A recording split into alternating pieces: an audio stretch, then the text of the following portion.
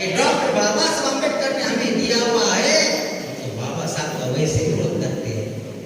हमारे आदिवासी इतने महान लोग हैं, बड़े लिखे आदिवासी इतने महान लोग हैं कि जो बाबा साहब जिस कौम में पैदा हो गए हैं उस कौम के लोगों को भी इतने मौलिक अधिकार नहीं दिए, तो हमारे आदिवासियों को दिए। कोई उपकार था क्या बाबा साहब हमारे ऊपर?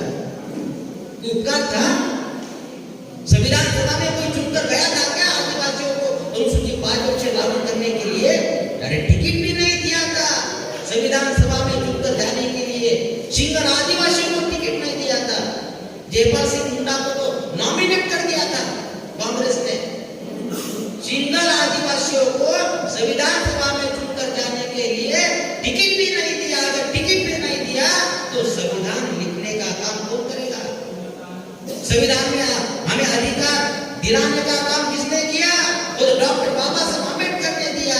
हम तो इतने महान लोग हैं कि जिस आदमी ने हम लोगों को अधिकार दिया उसके खिलाफ में हमारे लोग बोलते रहते हैं। हम इतने महान लोग हैं, हमारी महानता का क्या बखान किया जाए?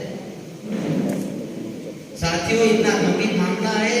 जमीन चांदी है, बॉक्साइट है, यूरेनियम तो इतना महंगा है, ये केवल आदिवासी एरिया में ही मिलता है, बाकी कहीं पे मिलता नहीं यूरेनियम। इतने मौलिक धातु है, कोयला है। इन धातुओं की कीमत आप सुनकर हैरान हो जाएंगे कि 80,000 लाख करोड़। आपको तो लिखते भी नहीं आएगा। 80,000 लाख करोड़ रुपए का मालिक भारत का आदिवासी है।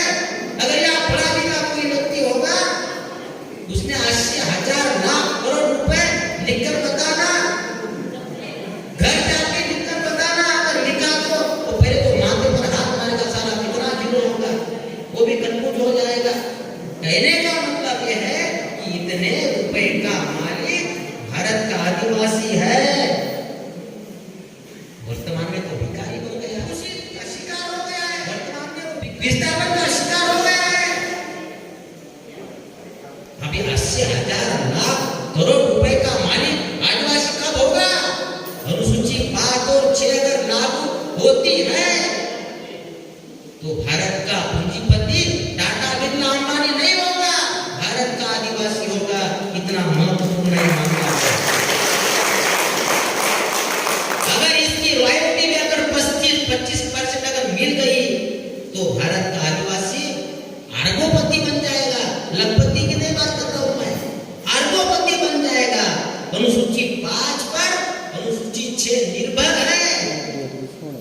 अनुसूची 5, अनुसूची 6 अलग अलग है, लेकिन अनुसूची 5 पर अनुसूची 6 निर्भर है। अनुसूची 5 अलग अलग है, लेकिन अनुसूची 5 को एक अटैचमेंट है। अटैचमेंट क्यों है? जैसे मानिए मेरे यवतमाल जिले का उदाहरण है। हमारे यवतमाल जिला है, अनुसूची 5 का घोषित एरिया है। वहां एक वली नाम का तहसील है, वहां कोयले की खदान है। अब कोयले की खदान भी है, अनुसूची 5 घोषित एरिया है। अब जहां कोयले की खदान है वहां का जो कोयला कितने बहुत सालों से वो चुराया जा रहा है।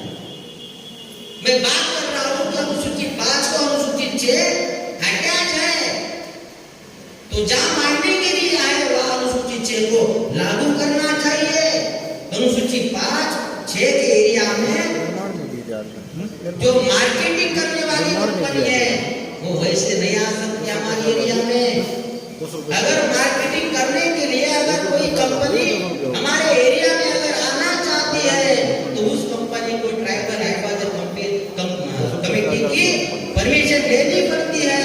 परमिशन दिया तो टैक्स लगाने का अधिकार ट्राइबल एडवाइजर कमेटी को। आदिवासी जो महापुरुष चलते हैं उन सभी महापुरुषों को मैं नमन करता हूँ। आज राष्ट्रीय आदिवासी एकता परिषद एवं राष्ट्रीय आदिवासी कर्मचारी संघ का 11वां राज्य स्तरीय महाराज मध्य प्रदेश का राज्य स्तरीय अधिवेशन संपन्न होने जा रहा है। इस अधिवेशन के उद्घाटक ध्रुवे साहब, इस अधिवेशन में उपस्थित प्रमुख अतिथि वक्तागण और मंच पर उपस्थित मध्य प्रदेश से आए हुए सभी आदिवासी भाई और बहनों, साथियों, आज इस अधिवेशन में जो सब्जेक्ट चर्चा के लिए रखे गए हैं वो बहुत ही महत्वपूर्ण विषय है।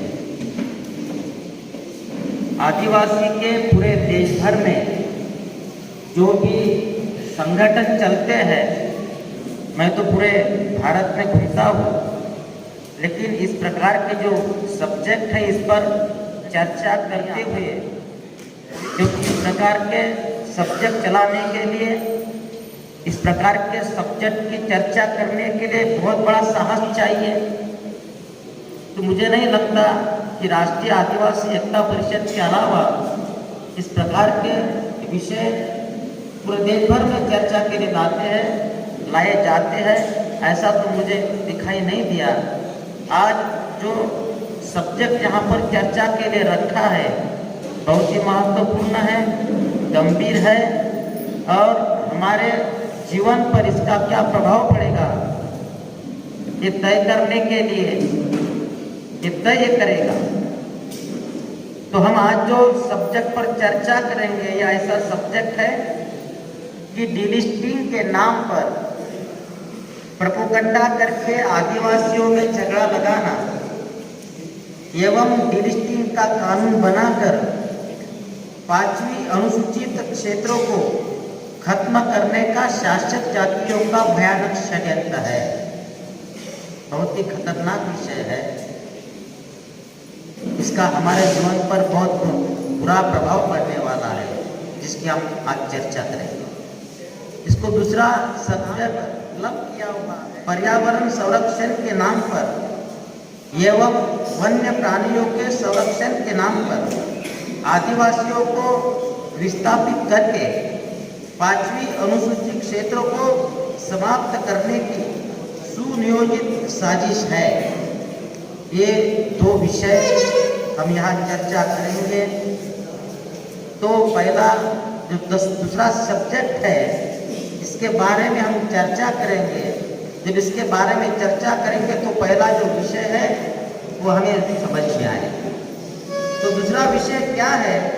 विकास के नाम पर, पर्यावरण के नाम पर एवं वन्य प्राणियों के संरक्षण के नाम पर आदिवासियों को विस्थापित करना। जो विषय है इसमें 2 सेंटेंस है।